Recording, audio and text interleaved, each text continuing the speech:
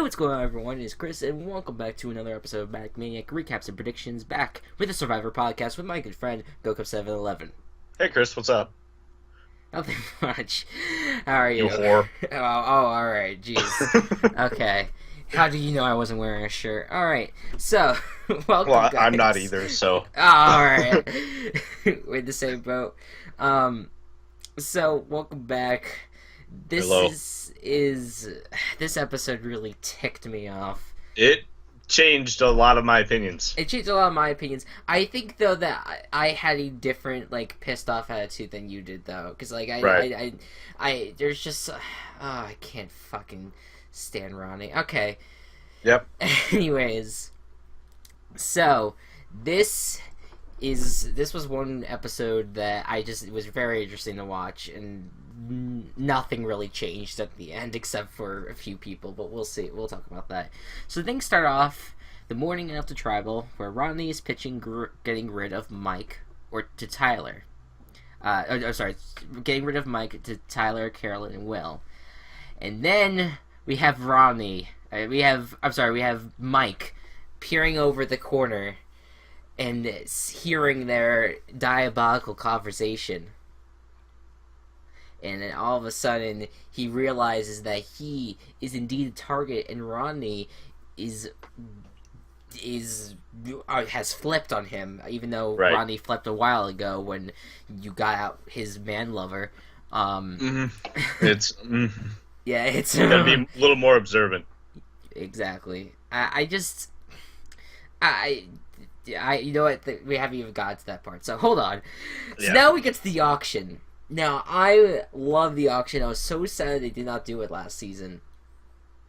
And it was just like, what the fuck, man? You know, because what's with... They actually did that twice. With both Blood vs. Water seasons, I don't think they did an auction for whatever reason, which I found really interesting.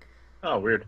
Yeah, I don't understand why, though. Like, family members can't bet on the same things. It's like a federal law. No, it's not. It's a federal law. Don't believe my bullshit. Yeah. God damn it. So the first item. You should know better. I know that you're bullshitting. I'm just trying to go along with it. God damn it. All right. So the first item is covered. So they all get $500, by the way. So they all start out with $500. By the way, I did not view the auction, which I was sad about, but I had to. I had prior obligation, but I saw the rest of the episode. I just didn't see the auction. The auction. So if I go like, oh, it's something, it's because I don't know what it is. Right. Can you do that one more time? I don't think I caught that. Okay. Just wanted to make sure. All right. So the first item is covered, and they're all betting on it, and then Will wins it for $100. So he really wanted it, probably because it was like some sort of food or whatever.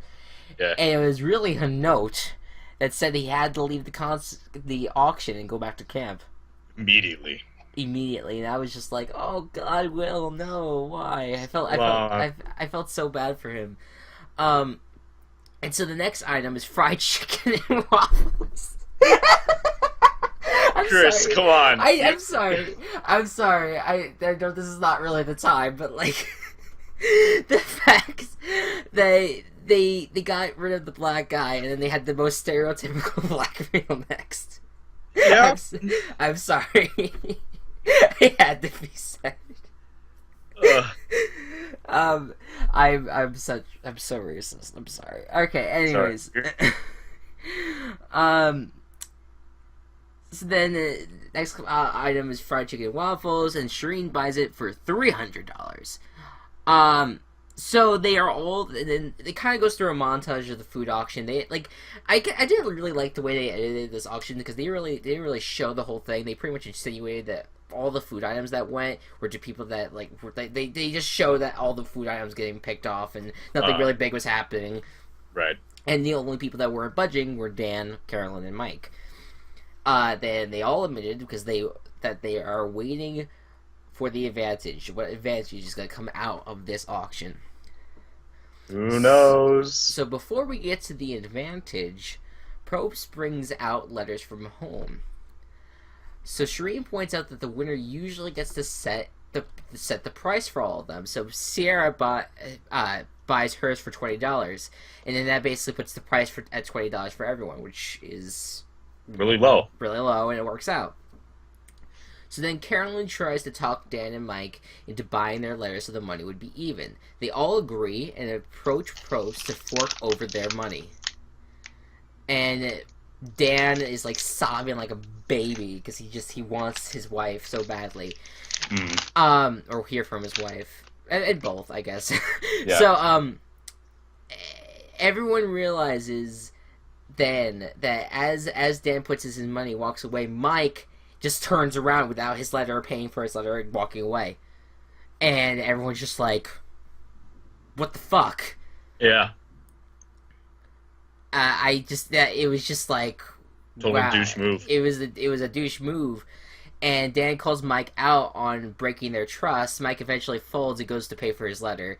But it was after everyone was just like, what the fuck, Mike? Like, fuck you, man. Fuck you.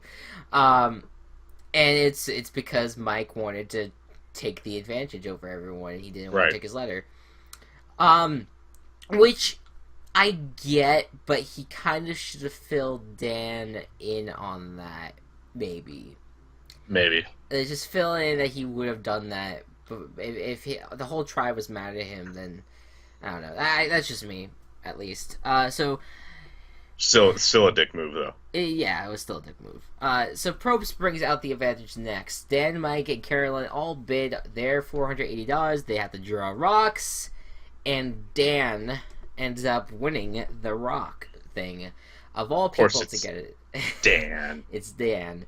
I was rooting for Carolyn to get it. I was even rooting a little bit for Mike to get it, but Dan, of course, just not Dan. Not Dan. Screw Dan. And Dan gets it. So oh well. So not only does he get his wife's letter, but also a very interesting advantage that we'll find out in a few scenes from now. But here we go. Back at the beach, there is a map waiting for Will. He follows the map to a stake in the ground, and he digs and finds a large box of rations. He's given the option of keeping it for himself or sharing it. And Will immediately shares the food with everyone because it's not even like a second thought to him. He just takes it back. He just takes it back because he's just like, we might as well take care of the tribe. Hey, it's extra jury votes at that point. Helps win some points with the tribe. So then later on, Mike says that the reason he did go for the letter is because he knew Ronnie's alliance was targeting him. So this is now the blow-up scene that happens. He's now... Oh boy. Immediately, he targets Ronnie. He targets Carolyn, Will, and Tyler. He's just like, you're all going up against me. What I don't get, and it's beyond me, why he did not say this, but why did he say that he heard them talking behind the fucking bush? I don't get that logic. You're gonna call people out. Back it up. We all saw it. We all saw it for ourselves. Okay, you're listening. We see you listening, and we hear the audio say with Ronnie talking, and we pretty much assume, and based on what your fucking confessionals are saying, that you know that they're targeting you. Why don't you fucking say that? I don't get that. That was one of the things that really pissed me off with the episode. Like, Mike, you've been okay during this whole show. You've been able to really establish yourself as a leadership role and have a really good position. If you said that you heard them talking behind your back and saying that they've went against you, maybe Dan and Sierra would have been on your side a little bit more. But you just targeted them, and they're just gonna be like, I love your outrage on this. I'm just saying, like, wait, how do you do that? How do you forget to do that to your, like, for your tribe? I don't know, man. It baffles me. Okay. Anyways, so, any thoughts on that, I guess? On that whole thing, on Mike and what the hell he's doing? Oh, yeah, well, kind of adding on to that, Ronnie gets really defensive. He denies denies it, and he's turning it on Mike basically because he's ruining Letter Day, which was another thing. Right. Why? I get it. I get that you want to read you want other people to have that time to read their letters, right? But people could read their letters at any point in time, whenever the hell they want. Yeah, exactly. I mean, they're always gonna be there. I know you want to get to them, you want to read your letter because you want to hear from your family, but the fact that he just basically was like, "No, fuck you. I'm not going against you. Your ruin is for everyone because we all want to read our letters. You can read them at any time. This is the game you're playing right now. You're playing the game. I get that you want to read your letters. Maybe, I mean, I guess I'm not in that situation, so I don't really know what that effect on people is, like, not having to hear from, wanting to hear from your loved ones so badly, but then getting, like, sucked back into the game. So, like, kind of get it, but I think it was just a bullshit excuse. I think Rodney was just trying to throw smoke. Yeah. Back at Mike. Just, what a frustrating scene that was. It's beyond belief. All to add to that for Mike and Rodney and their idiocy, whatever fuck. Idiocy. There you go. Yeah, that was just awful. So back at the beach. I'm sorry. Wait a minute. So then things eventually calm down, and everyone's about to enjoy their letters, and Rodney takes full advantage of the emotionally injured Dan, who now believes that Mike has broken his trust, and his best buddy has deserted him. And Rodney approaches a very emotional Dan and gives him a big hug in an attempt to win him over. And then, after Dan has his little emotional fest, Dan cracks open his advantage and learns that he's won an extra vote at upcoming tribal council. He compares it to the Willy Wonka golden ticket. That really dates him. Yeah, well, I mean, I enjoy Willy Wonka too, so I get where he's going with that. But well, yeah. I know what Willy Wonka is, obviously. No, it's yeah, just, yeah. Like, not everyone would get the reference. Yeah, Willy Wonka golden ticket. But I also kind of attribute it to the fact that he always says that he's fat all the time, and then that happens. So then, in other news, now we move on to where things take a turn for one of my favorite castaways. So in other news, Mike doesn't believe Will's story about the food. So he thinks that they must have been something else in the box. So then Jen agrees with him, and Tyler tells Will what's been said about him, and he does not like it at all. He essentially just completely he does not like being distrusted like that. He doesn't like people didn't like questioning his generosity, I guess. Was what Will was talking about. I could see why that would make someone angry. But yeah. A furious Will singles out Shireen for a pretty intense berating. Ooh. He tells her that nobody likes her at the camp and that nobody at home likes her either. That was way too low of a blow. He should not have said that. That basically made me lose all respect for Will. Yeah, I really did like Will. I wanted to like Will, and me too. I loved him at the beginning of the season, but like, I mean, I don't like Shireen either. Yeah. But that's not something that you say to people. You have to realize that having that as something that was said to me. Yeah. It's pretty shitty. Absolutely, and the truth of the matter is that you go into a game and a lot of people say that they're gonna try to not play emotional, but people end up doing so, and it ends up hurting them one way or another. Yeah. This is a situation where Will's emotions got so, like, overcome. He got overcome with so much emotion that he ended up digging at someone personally.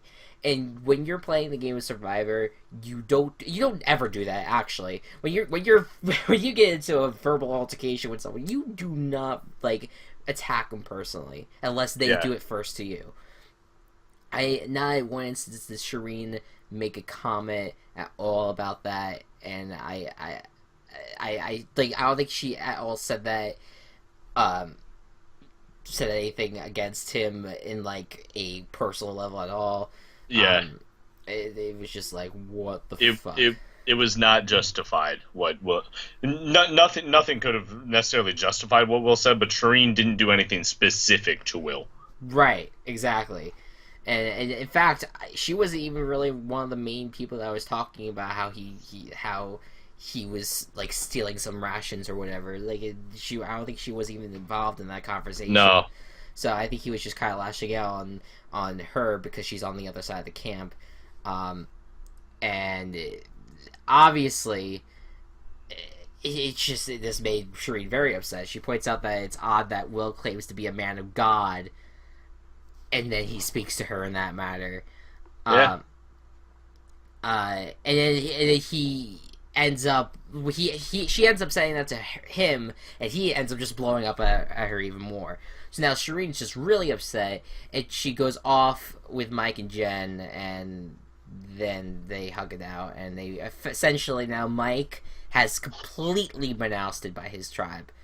He's been completely ousted by his allies that basically he formed. Yeah. Not gonna say that it wasn't his fault, because it kind of was. He did not make the right decision making at all, especially when trying to target them. Fucking just not a smart move. So then after all that was probably one of the craziest sections in between a reward challenge and an immunity challenge I think I've ever seen on the show. Shit went down so fast, faster than a Taco Bell bathroom. Jesus fuck. Well, I mean, that's pretty accurate. I'll give you that. It was wild though, because it's just you really see a turn in alliances when you're leading into a tribal council. Or in maybe the very beginning of an episode, you may see a shift, which you kind of did in this episode, but there was nothing compared to what you saw during this big section. It was a very intense episode, made me lose respect for many people, even if I already did lose respect for them prior to it. I mean, I kind of wanted to like Mike, but he just kind of he's iffy, man. I can't like Mike. He's fucking iffy, and I can't do it. Yeah, and it's the idea that he just makes so many poor decisions. The only good thing that he had going for him until that point was that how he really played both, I want to say both sides, but he really held his alliance up together really well. He was always a nice guy. He never attacked anyone up until. Well, I mean, no, he kind of attacked his tribe when they did not get his wood, but I mean, when they wouldn't work for him, right? But he hasn't really, he never ousted anyone. He never showed disrespect towards anyone really. But he just ended up choosing his words not choosing his words properly. So now we get to the immunity challenge, and this is a big one. So players will use tongs to pick up a pool ball. They'll carry the pool ball over a series of balance beams, then place it in a holder. The first person to get all 6 of their balls into the holder wins immunity. Alright, so this was a very interesting challenge. I thought it was very similar though to another challenge that I feel like they've done recently. I don't know why. I feel like Is it the one from last season where they like picked up a ball with like a peg and like someone got that advantage to where they got to practice for as long as they wanted to? Yeah, I don't know if it was necessarily this like it was definitely not serious similar to this one, except this there yeah, yes, this included a ball. Yeah. But I don't know, there's just something about this challenge that just seemed familiar and kind of like, oh wait, they did this already. Okay. So they did the challenge, and lo and behold, Mike just ends up winning the whole thing. And I was just like, It was a good blowout, I'd say. it was a good blowout, and I was happy for that side of the camp a little bit, because I was just like, I feel like they're so now cut off from their tribe, and I don't know. I felt good because I knew that Ronnie and Will were going to target Mike and Shireen. I was just like, or no, sorry, just Mike rather. And I was just like, yes, stick it to them. So that's what I was happy about. But and then we get back to camp, and Mike treats us to a reprise of the Happy Dance. That was the fucking strangest thing on the face of the planet. Oh god, he did the Happy Dance before when he got his immunity idol, which I forgot about. I completely forgot about that. I just say it. He has an immunity idol as well as now the immunity necklace. He does his little happy dance. He's happy and all. And now it's time to work both sides, try to get Dan and Shireen and all them back. So Rodney wants to know if they should get rid of Shireen, but Will is just like, hell no. Hell no. He wants to target Jen because she's stronger in challenges. Which is true. I find this so weird though, because wasn't the mentality that Jen didn't want to stay? Yeah, she had like a weird like 180. Yeah. And now it's like she still kind of didn't want to stay, but she's wanting to, she wanted to mess with people before she left. I don't think she really, I don't know. So now it looks like Sierra and Dan are totally in Ronnie's camp. Mike has to try to win them over. So now Shereen and Jen are pretty sure they're going to split the vote between them. And Mike's hope is that they could get Dan on board and vote for Carolyn. Jen is not happy that her game is in Dan's hands at all. I would not be either. I would not be. To be fair. Not one bit. So then Mike takes Dan aside and tries to win him back, but it's not looking good. And Carolyn started to get nervous and is prepared to use her idol. Why? Like, it's interesting watching this from the outside, because then you're like, okay, we're gonna target one of the white colors tonight, and then you're like, okay, who is it gonna be? And they're like, Carolyn, and I'm just like, she has an idol. Yeah. Like, it's so interesting watching from the outside, just being like, you really, you fuckers, don't do it. Your best shot is to go after Tyler, because at least he doesn't have anything protecting him unless Carolyn gives him the idol or something. So then Mike takes Dan aside and tries to win him back. Wait, no, that already happened. I'm sorry. Later on, Tyler tells Dan that everyone is doubting his loyalty, and if he flips, he can't win it. Dan passionately says it's his choice and he'll do what he wants. Keep in mind, Dan has said that flippers never win. Yep. Something interesting. You are right. Yes. That information you have presented is in fact correct. Is yeah, well, not really. No. So then that night at Tribal, Probst brought no popcorn. Oh yeah, because it was after Dan said to bring the popcorn, because he was not Dan. Will said to bring the popcorn. So Will says that Shireen accused him of hiding food. She disagrees, and she points out that Will said she has no friends, no soul, is a loser. And somehow Will does not think these are personal attacks. No, Yeah, that at that point it was like, Will, what the fuck, man? It's just like, what? What are you doing? And Sheree tells Will that she doesn't have a family due to her abusive father, and she's like sobbing at this point, and Will's just like, he's not letting up, saying he didn't verbally assault her, and that she always plays the victim. I'm pretty sure if you scream at someone and say that no one loves them is verbally assaulting. Yeah, you're a pretty big dick. I don't understand. So now, can I just say, that this guy's making comments about how, what Will was famous for was the gas station singing. You never saw that, did you? No, I saw it. Oh yeah, you showed it to me, and then I showed my dad. So then he said, the guy in the article just said, "Remember living on the prayer at the gas station? Jelena would be so disappointed." God damn it! And Sierra says they are worlds apart. Title. Just awkwardly insert the title. I'm sorry, I'll stop doing that. Jesus. Because they're all individuals. Yeah, good job. So then Dan says you can't put emotions aside in this game because everyone is too close. And then Mike calls out Ronnie, Tyler, Will, and Carolyn, and still does not say anything. Everything happens at once.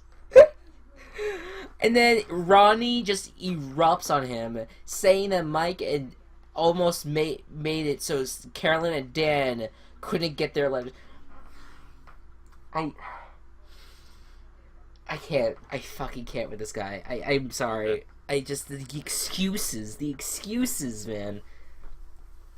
It's like as if Mike was ripping Carolyn and Dan's letters out from their hands as he was calling out. Dan was not even part of that.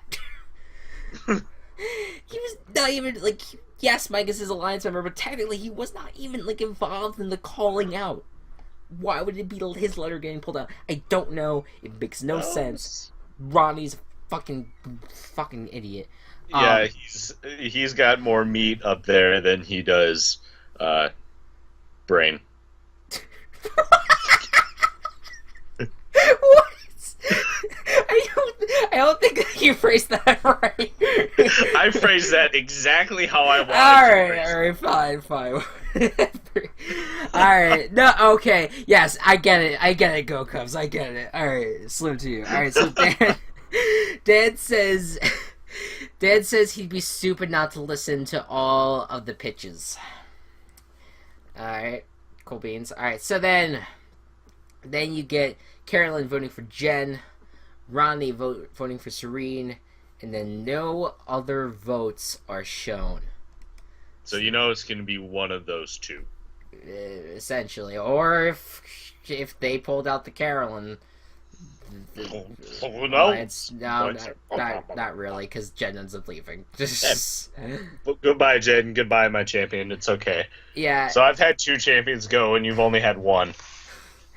I felt really bad that Jen... I feel really bad that Jen left, but to be fair, though, that episode was probably one of the all-time craziest episodes. Shit went down so hard to ever air. So I mean, I can't really say. I forget if I saw the previews or not. I actually completely forgot. I could not tell you. I did not. I completely forgot about the previews. About what's gonna happen. Oh, that's right. So what happens in the previews, as far as we know, something happens. No, the one thing that I remember was how Tyler discovers that Dan has the ability to vote twice. The second vote. So that I thought was really interesting, and now you immediately wonder. I think that now that Tyler knows that he has the 2 votes, what if this would be their opportunity to maybe just. They made it seem in the episode that Tyler was going to target Dan, but that wouldn't really be a good decision considering that he's the guy with the 2 votes. Yeah. So I was thinking that maybe they might use him to try to get a bigger player out, like Ronnie or Will or Mike. I mean, if they're going to still go that route, I mean, who knows? But I certainly don't. All right, before we find out who you're choosing to win, even though it's probably obvious, but who do you think is going to be going home this week? Based on all the shit that he did in the episode that we were just talking about, I think it's going to be Will.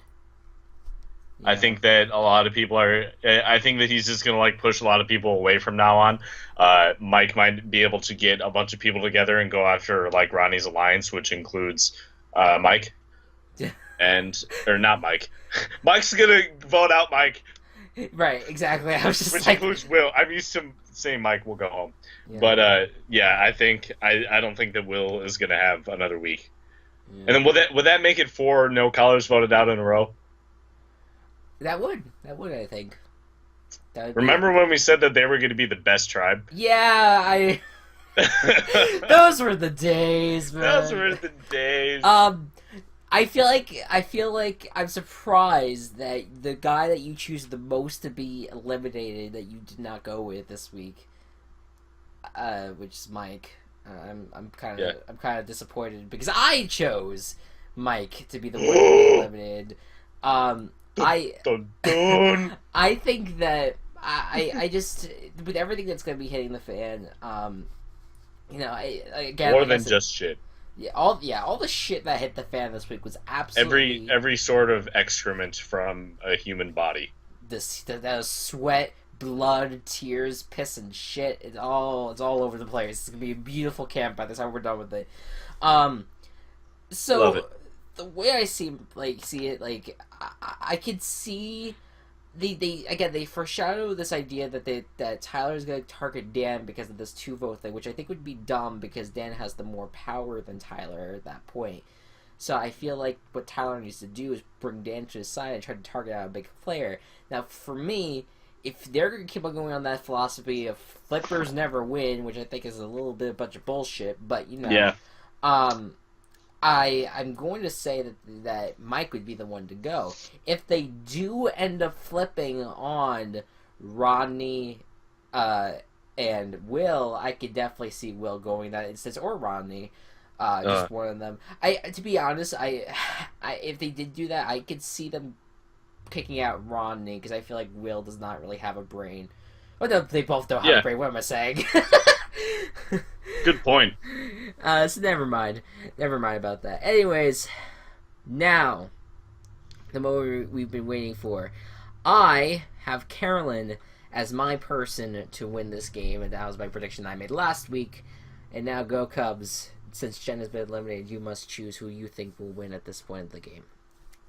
At this point, the only person that I do not dislike that is still left in the game and that Chris hasn't chosen is Tyler.